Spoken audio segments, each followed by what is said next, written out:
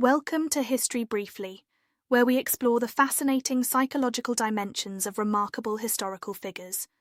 Today, we're diving into the extraordinary mind of Christine Granville, born Krystyna Skarbek, a woman whose psychological makeup made her perhaps the perfect wartime spy, yet tragically unsuited for the peace that followed.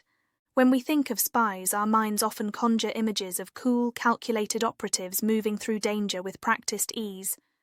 But what makes someone truly exceptional at such work? And what happens when the world that perfectly matched their psychological profile suddenly disappears?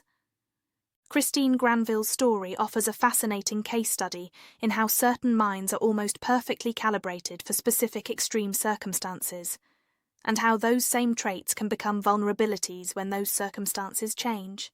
Born to a Polish count and the daughter of a Jewish banker in 1908, Krystyna Skarbek grew up straddling two worlds, the Polish aristocracy and a heritage that made her somewhat of an outsider. From the beginning, she displayed traits that would later make her an exceptional operative, a fearlessness that went beyond normal courage, an insatiable hunger for intensity, and an uncanny ability to read and influence others. What modern psychology would identify as a high sensation-seeking personality found its perfect expression in her early pursuits. She became an expert horsewoman, learned to ski with remarkable skill, and developed both physical and mental toughness that set her apart from her peers. Even in these early activities, we see a mind that required more intense stimulation than most to achieve satisfaction, a key trait that would later define both her success and her struggles. But it was during World War II that Granville's psychological profile would find its perfect match. What makes Granville's mind so fascinating isn't just her fearlessness. Many brave people served during the war. It was a unique constellation of psychological traits that created an almost perfect spy. First, her neuropsychological stress response was extraordinary. Most humans, when facing mortal danger, experience overwhelming fight-or-flight responses that impair higher cognitive function. Our prefrontal cortex, responsible for planning, judgment, and creative thinking, essentially goes offline as more primitive brain regions take control. Granville displayed a remarkable ability to maintain full cognitive function under extreme threat. When captured by the Gestapo, she improvised brilliantly, biting her tongue until it bled, then coughing dramatically to convince her captors she had tuberculosis. This wasn't just bravery, it was a mind capable of strategic thinking while facing death. Second, she possessed what we might call charismatic intelligence, an intuitive understanding of how to read, influence, and manipulate others. Fellow agents described her as having a mesmeric power over people. She could rapidly assess what approach would work with different personalities and adapt her behavior accordingly, a sophisticated social cognition that proved invaluable in espionage. But perhaps most significantly, Granville had a neurobiological need for intense stimulation.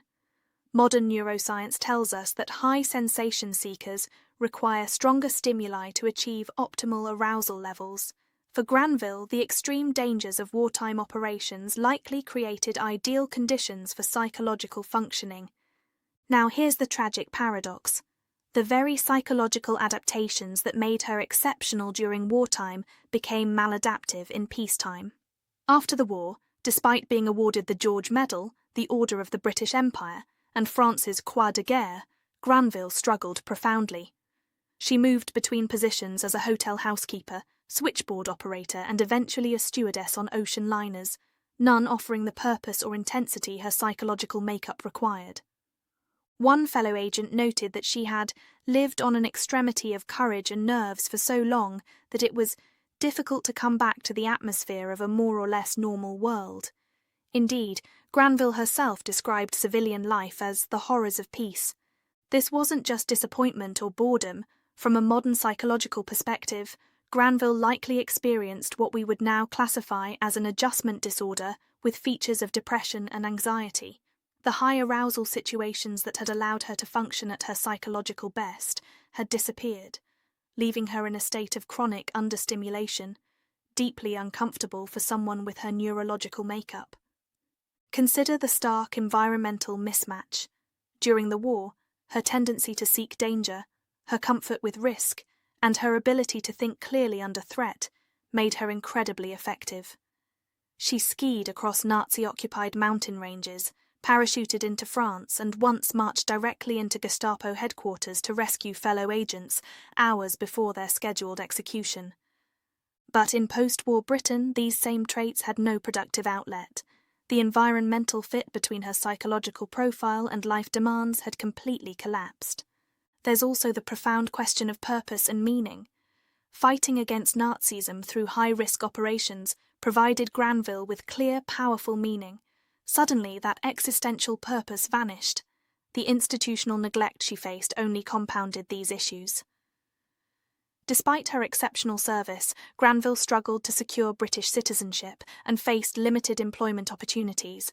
As her fellow agent Zan Fielding noted, after the physical hardship and mental strain she had suffered for 6 years in our service, she needed probably more than any other agent we had employed, security for life.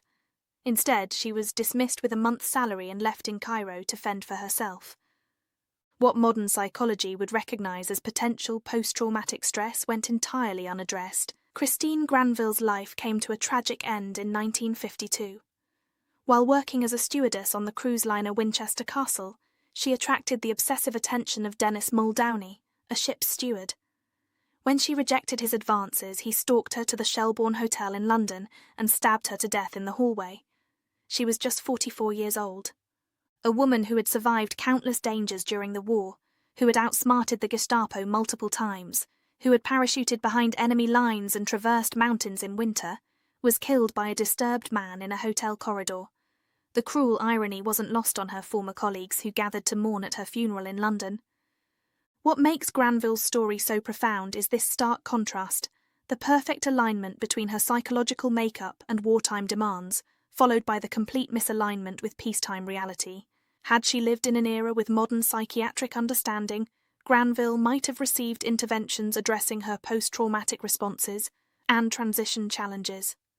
Her life might have found new channels for her exceptional capabilities. Instead, we're left with a tragic lesson about the complex interplay between individual psychology and environment, how the same traits can be either strengths or vulnerabilities depending on the context. We're reminded that remarkable adaptations to extreme circumstances can exact a terrible price when those circumstances change. Christine Granville's psychological legacy teaches us about the nature of human resilience, the critical importance of meaning and purpose, and the profound challenges faced by those whose minds are calibrated for extraordinary circumstances when they must return to ordinary life. Her story stands as a testament to both the remarkable adaptability of the human mind and its vulnerability when the world it has adapted to suddenly disappears. This has been History Briefly. Thank you for listening.